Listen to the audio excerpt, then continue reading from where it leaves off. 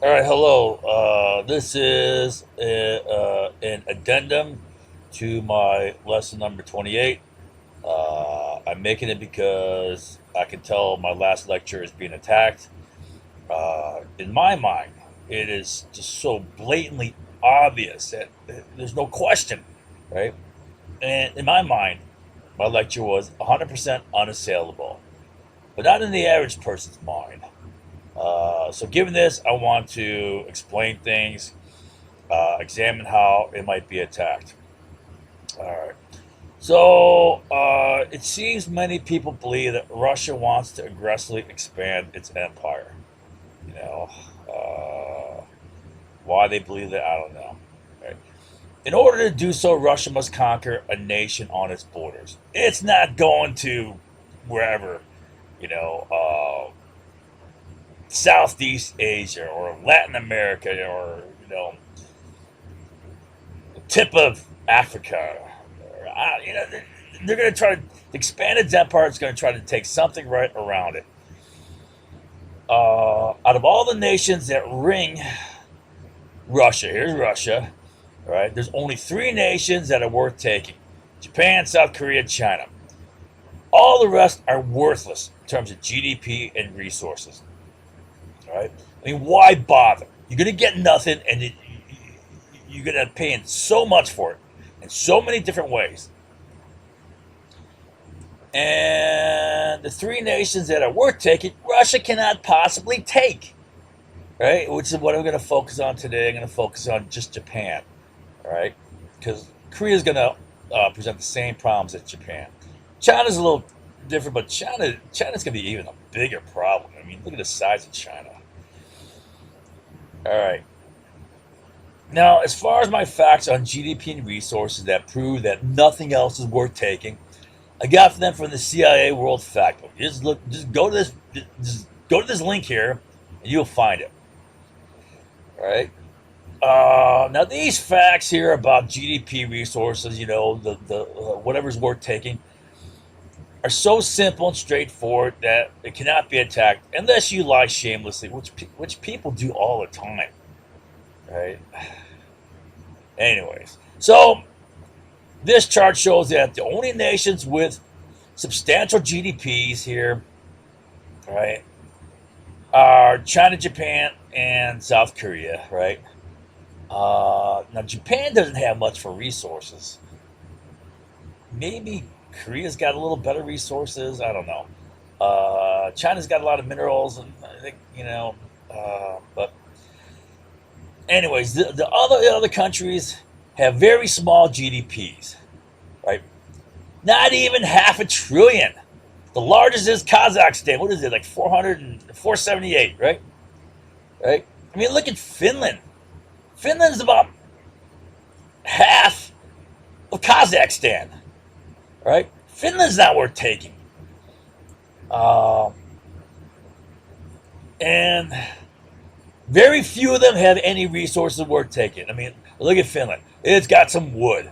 All right. It's got some iron. So what? Russia's got plenty. Copper. So what? All right. That's about it. Estonia. Shale oil. Why would Russia bother with shale oil when it's got plenty easily pumped oil? Right? You don't have to. You got to frack this stuff. Uh, Peat, right? Latvia. Oh, it's got some stones. It's got amber. What the hell? You know, make a movie like Jurassic Park. Yeah, mosquitoes have dinosaur DNA locked in amber. uh, Peat. What are you gonna do with peat? Yeah, make a lot of chimneys and fireplaces. You can burn this stuff, right? Kazakhstan got some oil, right? It's got a decent amount of oil. But why would Russia care? Russia's got so much of it, more oil than that. And why would it bother the huge cost of a military operation invasion to get oil, which it has already, right? If they need to, they'd expand production, but they don't need to. If you overproduce, you kill price. Anyways, So, all right, and that's all I'm going to talk about this. Right? None of these are worth taking.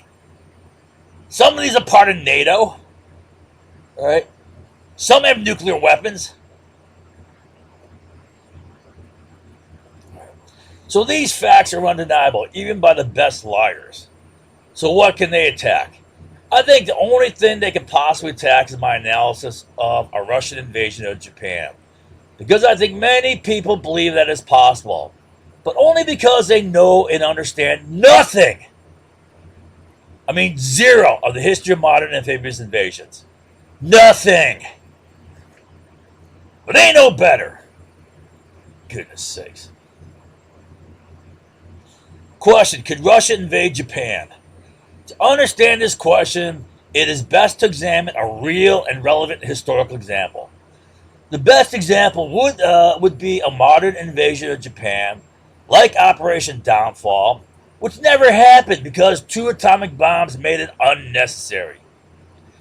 The closest comparison to a hypothetical Russian invasion of Japan is the U.S. invasion of Okinawa, right on Japan's doorstep, right?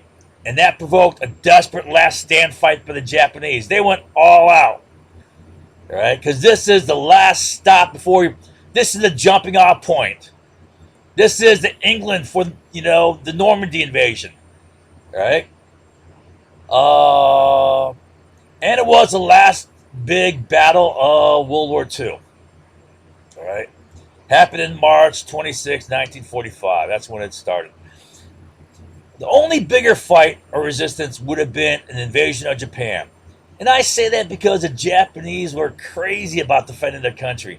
I mean, this is just an example, but they were training women with spears, right? Yeah, you go fight the Americans with spears. You know, any money, these women would have done it, right? I mean, it's just crazy. They would have mowed down like a combine going through a wheat field, right? But they would have done it. All right. First, USA has 17 military bases in Japan, so an invasion of Japan would bring war with USA. All right. Now, you think Russia wants to fight the USA, the world's greatest military power?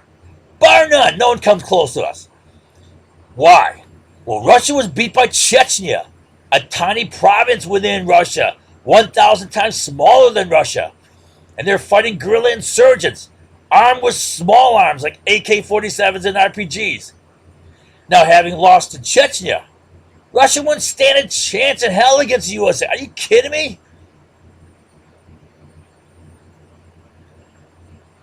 Second, it would take at least 6 months to assemble the massive force needed to invade Japan. U.S. satellites would spot that right away. I mean, within days you see a big movement going over there, right? And the U.S. would deploy massive forces, multiple carrier battle groups, right? Now, we got a bunch in the Pacific. I'm not sure where they're stationed. How many are at Pearl Harbor versus how many in whatever San Diego, right? Well, I'm willing to bet there's at least 2 in Pearl Harbor. Coming from Pearl Harbor to Japan, they're probably there in a week. Certainly less than 10 days. Right? They could show up. That's well before Russia's going to have 6 months to assemble some force. Third, the massive force needed to invade Japan would require an amphibious assault. An air assault could not bring in the quantity of heavy equipment and volume of soldiers required. It's got to come by the ocean, by ships. That's how you bring in massive heavy equipment. All right, an amphibious assault requires superiority in the air, surface, underwater, or the majority of ships, if not all of them, would be sunk.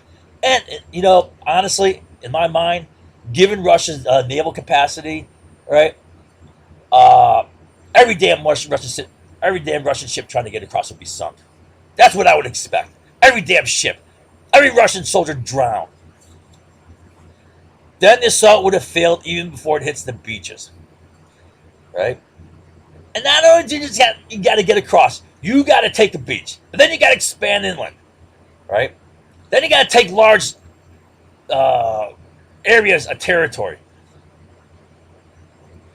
Prior to the U.S. invasion of Okinawa, the U.S. had the benefit of 2.5 years fighting Japan, decimating them to establish superiority.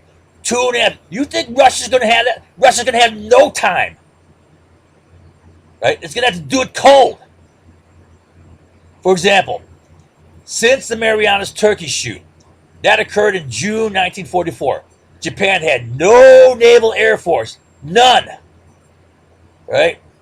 Thus, there was zero Japanese naval air power opposing the Okinawa invasion. They were done by June 1944.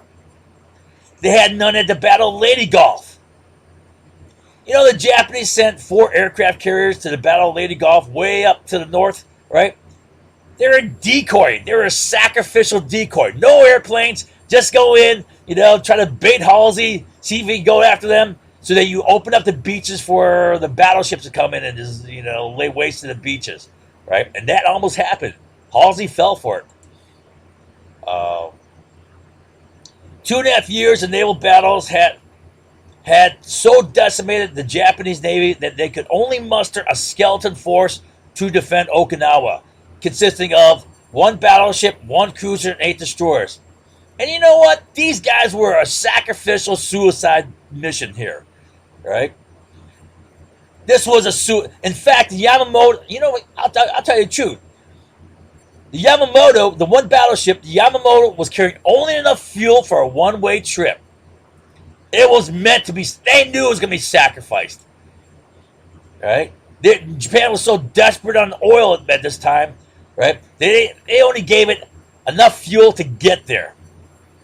The U.S. obliterated this force, sinking the battleship, the cruiser, and 4 destroyers. Did I say Yamato? Battleship Yamato, not Yamamoto. He's the admiral. I'm sorry. And 4 destroyers, while damaging the remaining 4 destroyers. Right, 1 was really severely damaged. The U.S. had bombed Japan with massive B-29 raids since June 1944. The first raids coming out of China, all right,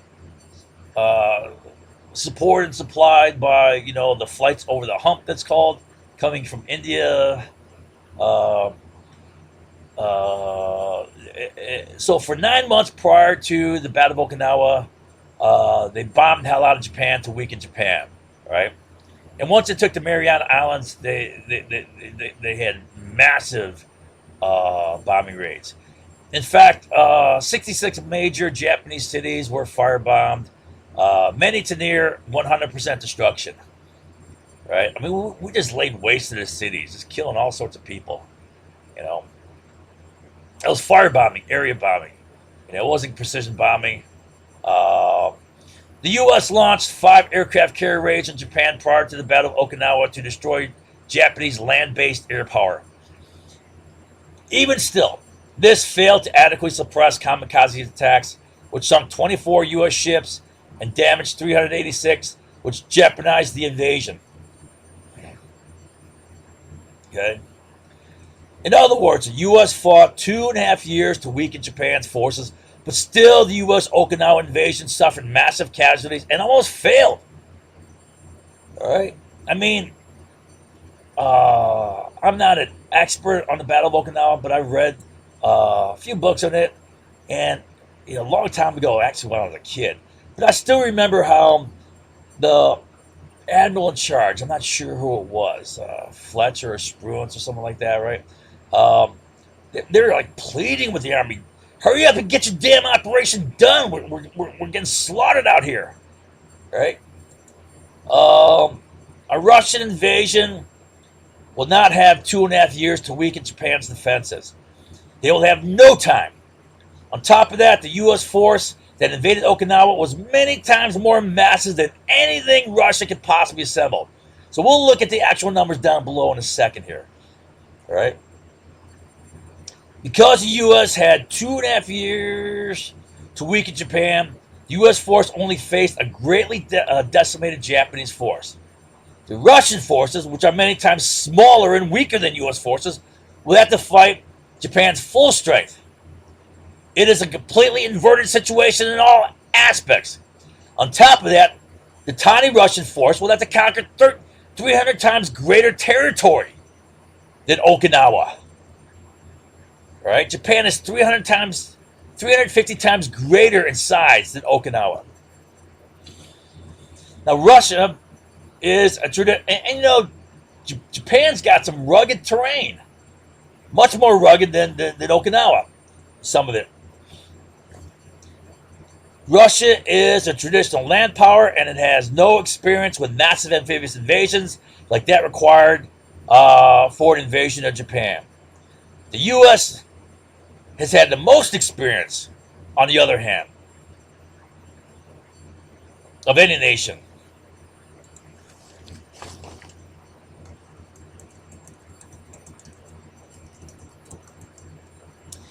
You know, like North Africa. When was that? That was Torch, right? That was late 42. And Sicily, that was like May of 43. Angel, 43. Normandy, 44. Southern France, 44. And all these in the Pacific. Guadalcanal, Saipan, Midway, Peleliu, Palau, Leyte, Iwo Jima, all those. We had tons of experience. And we still had significant trouble at Okinawa. Numbers comparison, Okinawa invasion versus Japan invasion. So here's land area. Okinawa is 463 miles square. Japan is 914 miles square. 350 times larger. That's a 315 to 1 ratio. Are you kidding me? Aircraft carrier. I mean, this is like, you got to be brain dead to think. Aircraft. U.S. had 39 aircraft carriers at Okinawa. Russia has 1. Not even in the Pacific. It's mostly important. Never goes out because it's all broken down. Whenever it goes out, it's got to go out with a tugboat because it breaks down. And it can only launch 24 fixed-wing aircraft. That's it. 24. And it doesn't have a catapult. It's got a jump ramp. So they can't carry a full payload. Right? That's a 39 to 1 ratio. Now, aircraft carriers opposing. We're not talking about U.S. aircraft, just Japanese alone. Japan has 4 aircraft carriers. 2 that can carry F-35s. Battle of Okinawa. Japan had 0 aircraft carriers. They had no naval air arm anymore. Right? And we still had trouble. Battleships. We had 18. What does Russia have? They got 0. These are the heavy naval artillery hitters. Their cannons were massive. Battleship cannons are 16-inch cannons. Each cannon shell is over 2,000 pounds. Right? With 18 battleships, that's 162 16-inch cannons. Banging away. To what? To Russia? 0. Cruisers. We had 27. What does Russia have out there? 1. They have 5 total. And they bring them all out there. They're just going to have 5. Now, U.S. cruisers had between 6-inch to 12-inch cannons. Russia has 5-inch guns. 130 millimeter, which is roughly 5 inches. Right? 27 to 1 ratio. Destroyers. 177 U.S. destroyers to 6. 30 to 1 ratio. Oh, here, guns, cannons. If you take Brooklyn as an example, because, you know, they got 6-inch guns, right? I'm not using the ones with 8-inch or 12-inch guns, right? But example with 6-inch guns, that would be 405 6-inch guns, right? To Russia's 2. Each of their cruisers have 2 guns, 5-inch guns, all right? So it's either 2, they bring them all out, they got 10, right? That's a 202 to 1 ratio. These are important because you got to soften up the beaches. To land people on the beaches have to be decimated. Or they get slaughtered reaching the shore.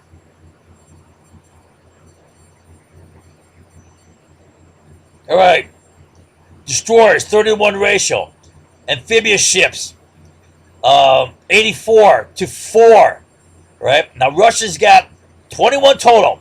Only 4 in the Pacific. What does that mean? Right? That's not their focus. They're not even thinking amphibious assault in the Pacific. Right? Most of them are located, I think, in the Northern Fleet or in the Black Sea. Right? Baltic's got some. Right? 21 to 1 ratio. Now, they could possibly transfer all their amphibs to the Pacific. All right? It's going to leave them naked to the east. But you know what? All right? If they want a big operation, they can do that. But look at this.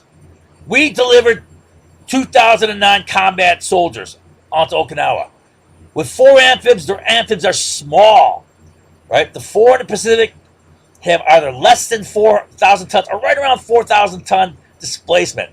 They can deliver 1,420 troops. All right? That's less than a regiment.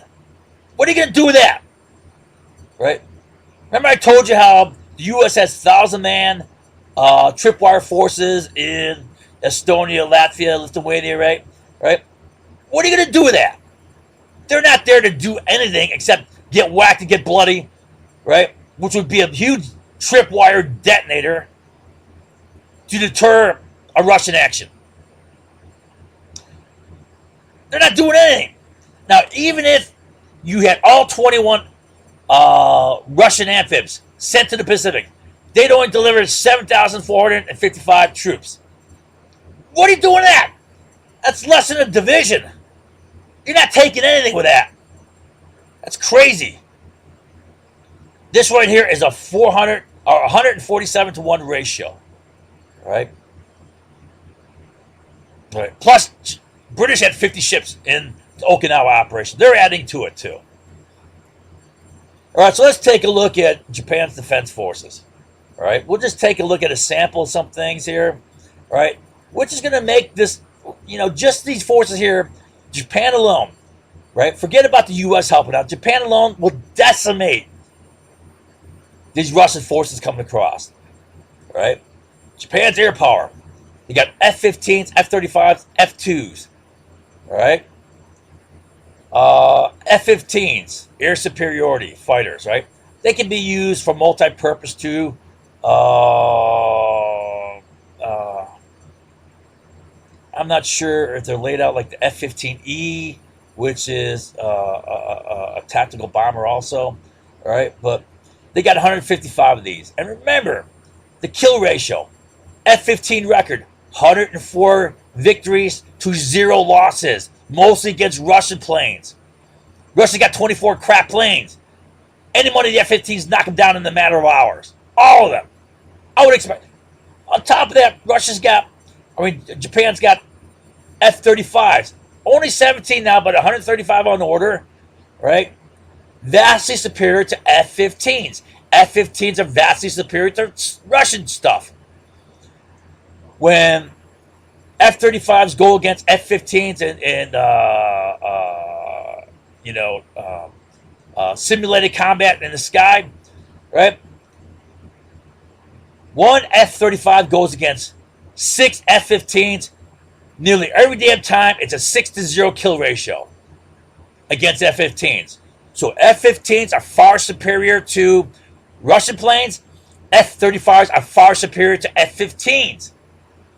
That's like an exponential ratio there.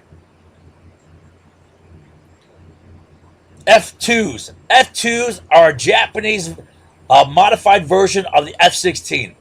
I mean, if you look at an F-2, it looks almost exactly like an F-16.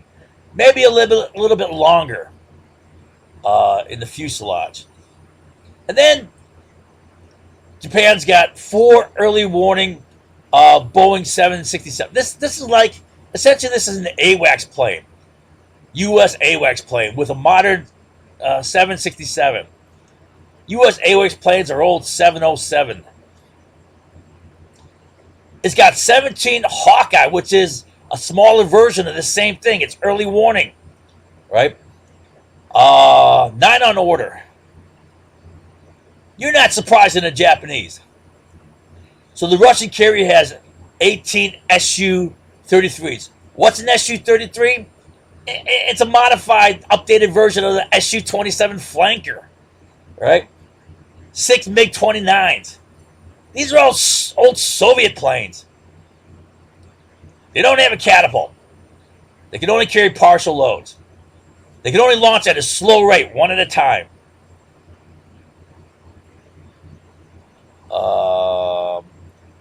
Japan's got 4 carriers, 2 of which can carry F-35s.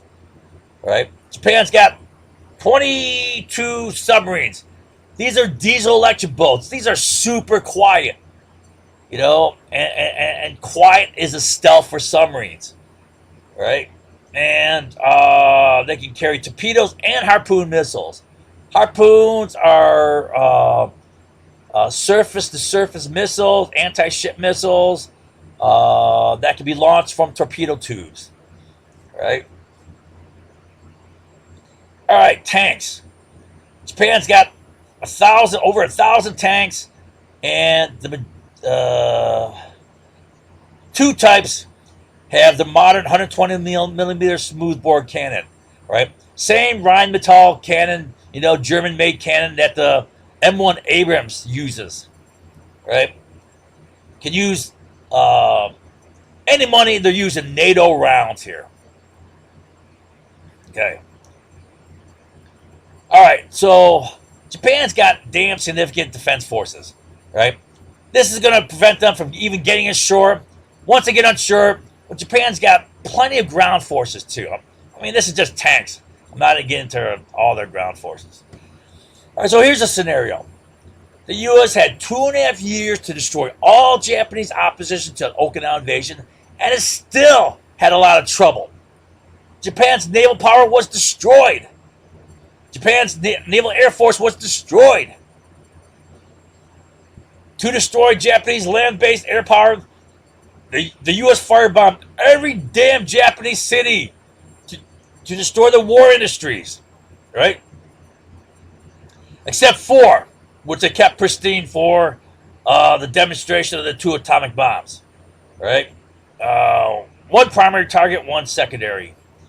5 aircraft carrier raids were launched right before Okinawa to target Japan's air power, land-based air power on Japan. But yet Japanese kamikazes caused damage so severe it jeopardized the U.S. Amphibious Assault Force. Russia will not have the opportunity to do any of these, right? They'll have 0 chance. So they'll face the full blunt force of Japan's defense forces. The U.S. had trouble taking tiny Okinawa. Russian forces are many times smaller, and they're going to have to take all of Japan, which is 315 times larger than Okinawa. I mean, just that alone. Come on. You know, it's like you got to pound you on the head. Hello, McFly. On top of that, Russia had trouble invading tiny Georgia.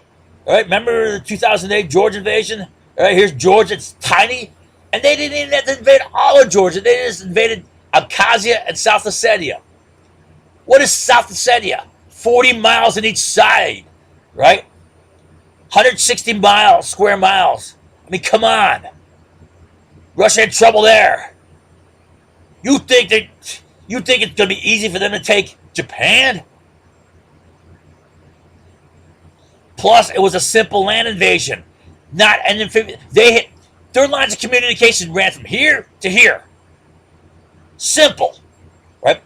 Simple ground assault. They built forces here, right, since April, and they invaded. Was it August? August they invaded, right?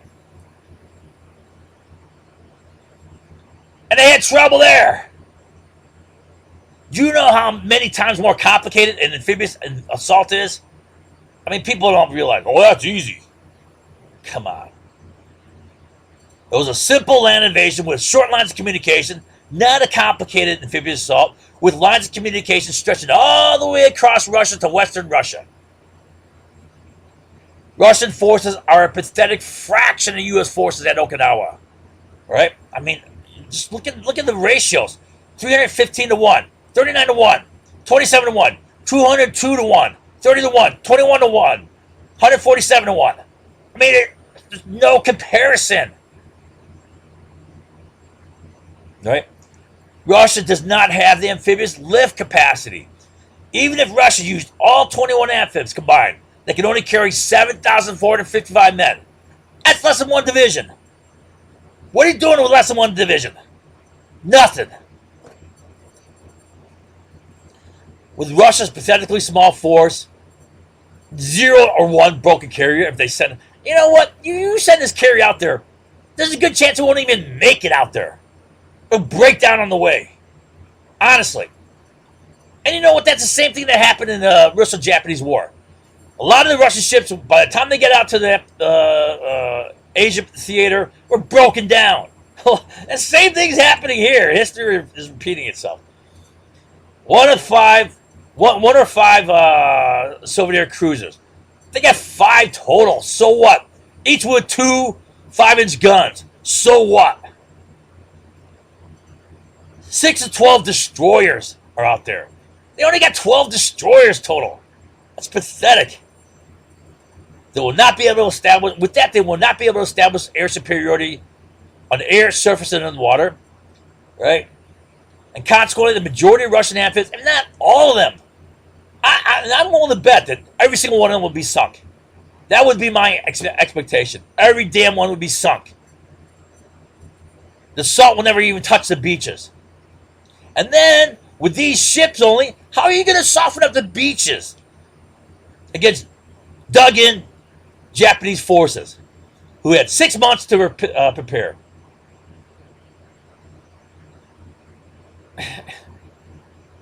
This is like insanity. And there will be no element of surprise. In fact, massive U.S. battle groups will arrive long before Russian forces. And, I'm talking less than 10 days. Out of Pearl Harbor, less than 10 days. Right? Out of San Diego, maybe less than 2 weeks. Would be my guess. Right? I mean, 2 weeks versus 6 months. Come on. Russia does not have the naval artillery or naval air power to effectively soften up the beaches. U.S. naval firepower was massive. I mean, you ever seen any black and white clips of a typical U.S. amphibious assault? It's not just cannons, right? U.S. had massive cannons, 162 16-inch cannons, right? Plus all the firepower from cruisers and destroyers. Plus the U.S. had all these rocket launch ships, specialized rocket launch ships that fire these huge barrages of rockets. Plus the U.S. had 39 aircraft carriers, firing sortie after sortie of aircraft, all day long. Bombing the hell out of Japanese positions. Right? Russian naval firepower is infinitesimally tiny fraction of that. Russian cruisers have only 2 5-inch guns each. There's absolutely zero comparison with the massive firepower the U.S. had at Battle of Okinawa. You can't even compare them. Consequently, even if Russia were able to land troops on the beaches, right, which I believe is totally unlikely, they'd all be slaughtered on the beach by Japanese artillery, rockets, foot soldiers, right? Russia has a handful of 130 millimeter cannons, 5-inch guns, which are tiny compared to a 16-inch round. Each 16-inch round is 28.5 times larger than each 130 millimeter round. All right, and U.S. cruisers didn't have just 6-inch rounds. Some cruisers had 12-inch cannons. Right, that's like light battleships had 12-inch guns. U.S. cruisers had them. Most U.S. cruisers had 8-inch guns, not 6-inch guns. All right, difference between an 8-inch gun and a 6-inch gun is huge. A 6-inch gun probably fires around, I'm guessing, about 100 pounds. Right? 8-inch gun is double that easily. 200 pounds or more. I mean, it has to do with, pi r squared, right? You know, you got to go by square radius as far as getting volume. All right. I only cite U.S. cruisers with 6-inch guns for comparison with the Russian cruisers. Right, 6-inch guns are roughly comparable to Russia's 5-inch guns. Russia's lines of communication will be easily cut, and any Russian ground offensive will be ground to halt and slaughtered without fuel, ammunition, replacement food, etc. Japan's 22 submarines alone are sufficient to sink all Russian trans. And you know what? Anything they have stored at Vladivostok will be whacked by the Japanese.